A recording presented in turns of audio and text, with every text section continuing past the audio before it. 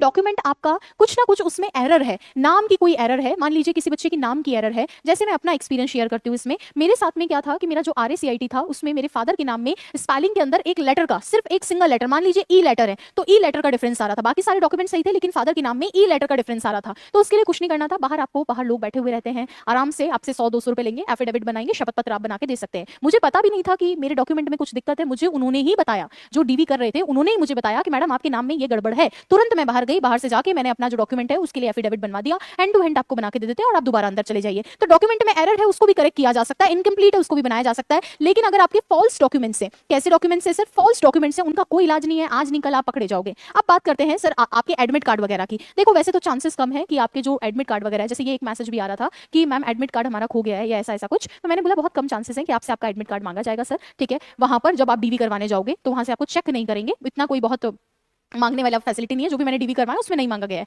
लेकिन सबसे इंपॉर्टेंट बात है, अगर मिल जाए तो अच्छी बात है, नहीं मिले तो कोई बात नहीं। आपके जो ओरिजिनल डॉक्यूमेंट्स है जो हमेशा लाइफ लॉन्ग आपके साथ रहने वाले हैं, वो डॉक्यूमेंट्स आपके मांगे जाएंगे और उनको एक एक करके देखा जाएगा 10th क्लास के, और आपसे कुछ सवाल जवाब भी वो हैंड टू हैंड पूछ लेते हैं, 2-4 कहां से हो, कैसे हो, ये कैसे किया, वो कैसे किया। मान लीजिए कोई बच्चा ऐसा है जिसने सारे डॉक्यूमेंट्स लगाए हैं, जैसे मान लो कि इसमें रिक्वायर्ड तो क्लास 10 थी, लेकिन अगर आपने आपके ग्रेजुएशन तक के डॉक्यूमेंट लगाए तो ग्रेजुएशन तक की आपको सारी डॉक्यूमेंट्स लेकर जाने हैं। अब ग्रेजुएशन में कुछ बच्चे सिर्फ डिग्री ले जाते हैं, नहीं, डिग्री के साथ में डिग्री प्लस आपकी फर्स्ट ईयर की मार्कशीट, सेकंड ईयर की मार्कशीट, थर्ड ईयर की मार्कशीट, तीनों आपको लेके जाना है। कोशिश करें आपके साथ किसी एक व्यक्ति को जरूर लेकर जाएं। साथ में कोई होता है तो वो आपको क्या करते हैं सर, साथ में कोई होता है तो आपको जो है कुछ हेल्प करवा देते हैं, जैसे कोई डॉक्यूमेंट वगैरह इनकम्प्लीट है, बाहर से कुछ लाना है करना है तो उसमें आपकी मदद कर देते हैं। तो कोई आदमी साथ में होगा तो अच्छी बात है। बाकी डॉक्यूमेंट वेरिफिकेशन के लिए लिटरली बताऊं, 2-3 एक्सपीरियंस जो भी मेरे रहे उसमें बहुत ज्यादा आपको परेशान होने की जरूरत नहीं होती है, वो खुद आपकी मदद करने के लिए बैठे हैं, काम होकर रिलैक्स होकर एकदम आपसे जो है एक एक कागज मानेंगे, अपनी फाइल लेकर चले जाना, एक एक फाइल में से कागज दिखाते जाना। अगर कोई कागज अधूरा रह जाता है तो आप जानते हो कि डीवी का जो प्रोसेस रहता है वो कई दिन तक का रहता है और बाद में भी आपको ऑप्शन रहता है। तो मान लीजिए आपका डीवी डेट है 10 तारीख,